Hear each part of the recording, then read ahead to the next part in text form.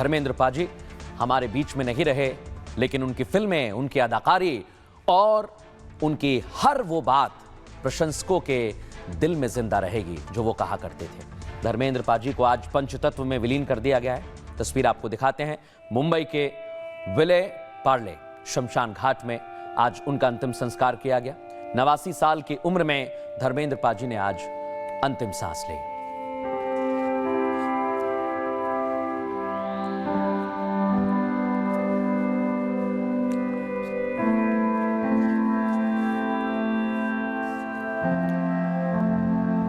आज धर्मेंद्र पाजी को अंतिम विदाई दी गई है और जैसे वो जिंदा दिल इंसान थे। लंबी बीमारी के बाद कई बार वो अस्पताल में भर्ती हुए।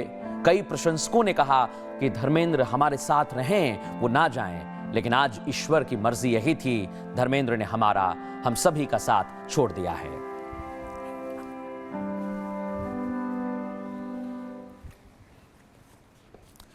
अब मैं आपको दिखाता हूं, आज उनकी बेटी ईशा देओल भी पहुंची और वो भी वहां पर अपने पिता को अंतिम विदाई देने के लिए पहुंची। पूरा परिवार वहां पर मौजूद था धर्मेंद्र के साथ, और हेमा मालिनी, सनी देओल, बॉबी देओल सभी पहुंचे हुए थे अपने पिता को अंतिम विदाई देने के लिए।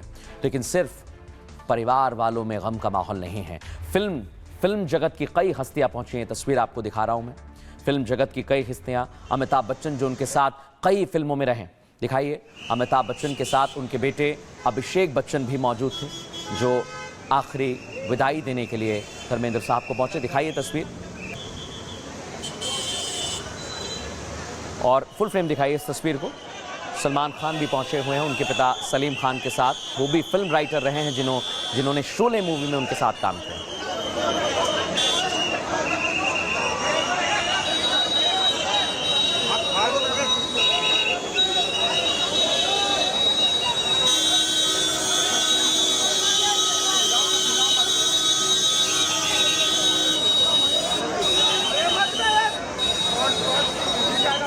सलमान खान पहुंचे और सलमान खान और सलीम खान और धर्मेंद्र देओल का परिवार पूरी तरह से साथ रहा है। और आज संजय दत्त भी पहुंचे। उन्होंने कहा है कि ये एक युग का अंत है। आप सोचिए, धर्मेंद्र देओल का जाना वाकई एक युग का अंत है। करीब 60 सालों से ज्यादा उन्होंने फिल्मों में काम किया और ऐसे काम किया कि आप किरदार बोलिए। Action hero Dharmendra, romance Dharmendra, fighting Dharmendra, comedy Dharmendra, और अब धर्मेंद्र हमारे बीच नहीं रहे।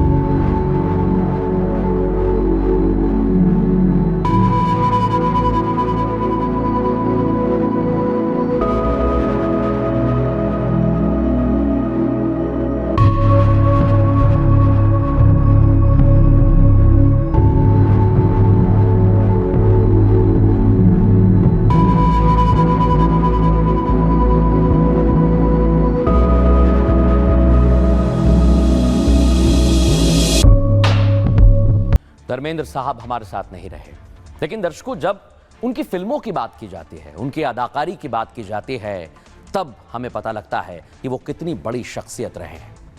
बॉलीवुड के दिग्गज धर्मेंद्र आज हमारे बीच नहीं रहे। उनका निधन हो गया। 89 साल की उम्र में उन्होंने दुनिया को अलविदा कह दिया। अंतिम संस्कार मुंबई के विले पार्ले शमशान घाट में हुआ। सलमान खान, संजय दत्त, अमिताभ बच्चन, रणवीर सिंह, दीपिका पादुकोण, आमिर खान और कई सितारे उनको अंतिम विदाई देने के लिए पहुंचे। दोपहर 1 बजे के करीब धर्मेंद्र के घर के बाहर एक एम्बुलेंस पहुंची। घर के बाहर बैरिकेडिंग की गई, सिक्योरिटी बढ़ाई। उसके बाद 1:10 पर खबर आई कि धर्मेंद्र साहब हमें छोड़कर चले गए हैं। दोपहर 3 बजे के करीब उनका अंतिम संस्कार किया गया। सनी देओल ने पिता के शव को मुखाग्नि दी।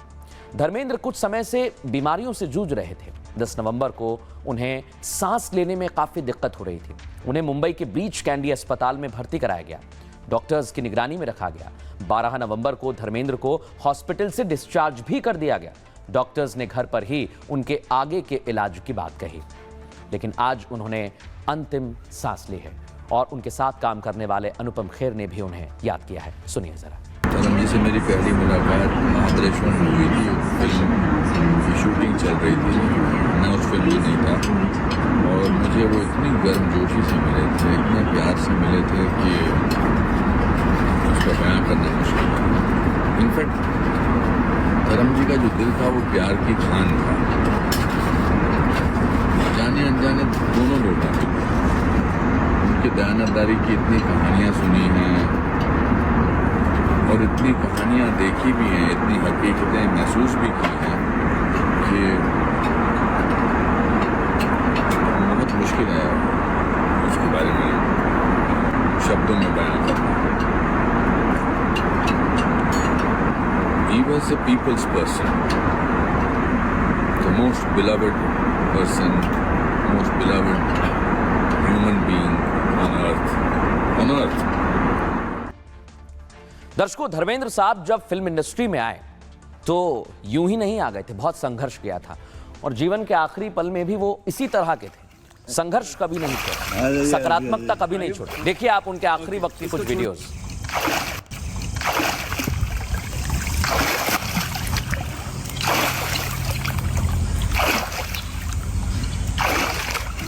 Good.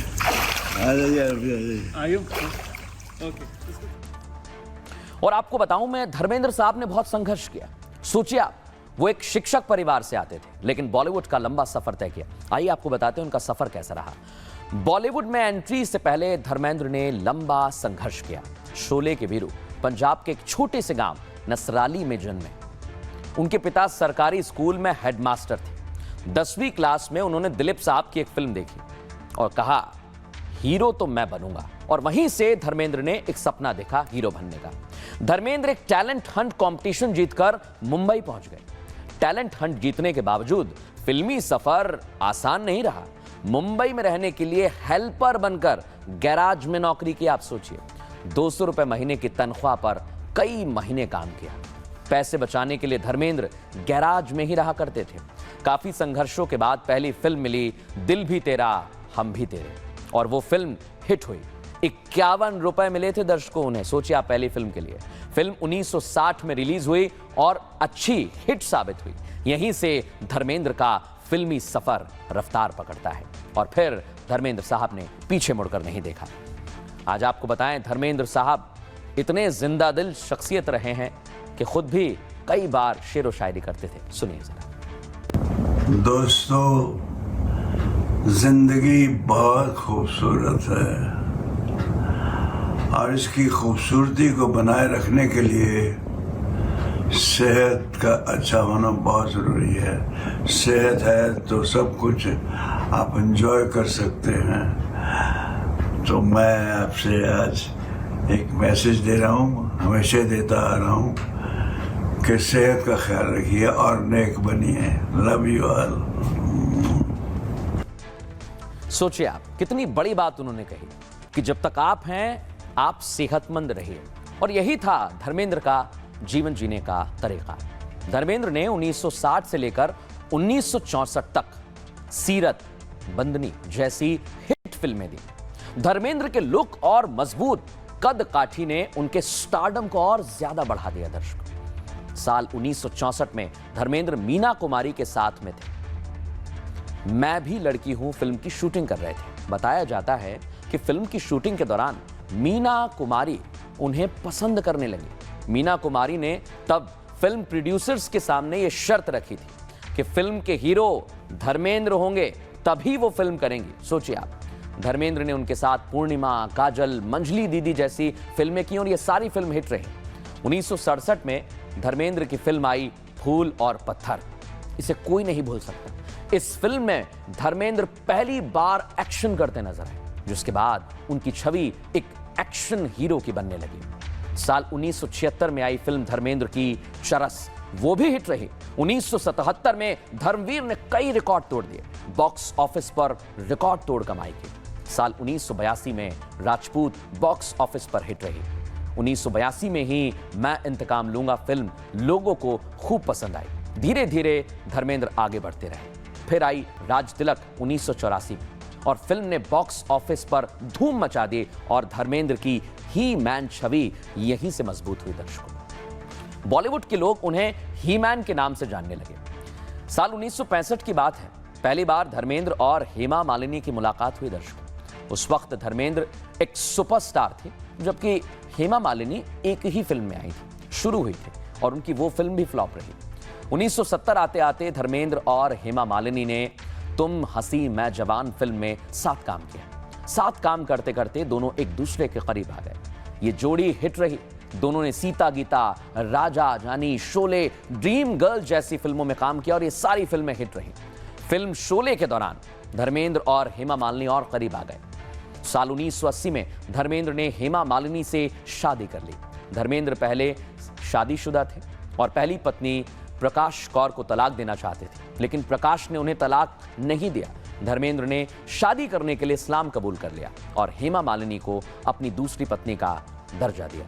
लेकिन बड़ी बात क्या है दर्शकों, धर्मेंद्र ऐसे ही कामयाबी के शिखर को छूते रहे। सुनिए जरा। उनके नाम जो नहीं जानते कितना दम है मुझ में। एक शेर सुनाता हूँ। दिले आशिकाना भरा नहीं, दिले आशिकाना भरा नहीं, प्यास मोहब्बत बुझी नहीं। ऐसे पीरे मोहब्बत हैं हम, पीरी से जवानी गई नहीं। पीरी समझते ना बुढ़ापा। शायरी मेरी, बात ये दिल की तेरी मेरी।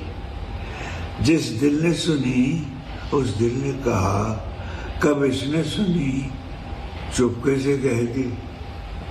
दिल की हर दिल को छू गई, दिल ने दिल से जब भी दिल की कह दी।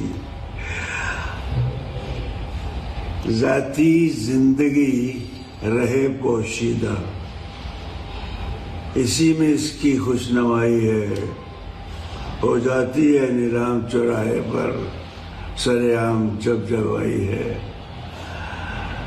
तो मेरे ख्याल से ये मेरे दिल की भी आपके दिल की हुई। जीते रहो। धर्म जी को आप देखिए, ऐसी ही शख्सियत रहे वो, हमेशा सकारात्मकता की बात कही। आज प्रधानमंत्री नरेंद्र मोदी ने उन्हें याद किया है और बताया कि वो किस तरह की शख्सियत थे और जब किस किरदार को करते तो उसमें अपने आप को पूरा डुबो लेते थे। आज प्रधानमंत्री ने भी उन्हें श्रद्धांजलि अर्पित की है। अगली तस्वीर दिखाइए। योगी आदित्यनाथ ने भी धर्मेंद्र के निधन पर एक्स पर पोस्ट किया और बताया कि ये एक कला का बहुत बड़ा सितारा था।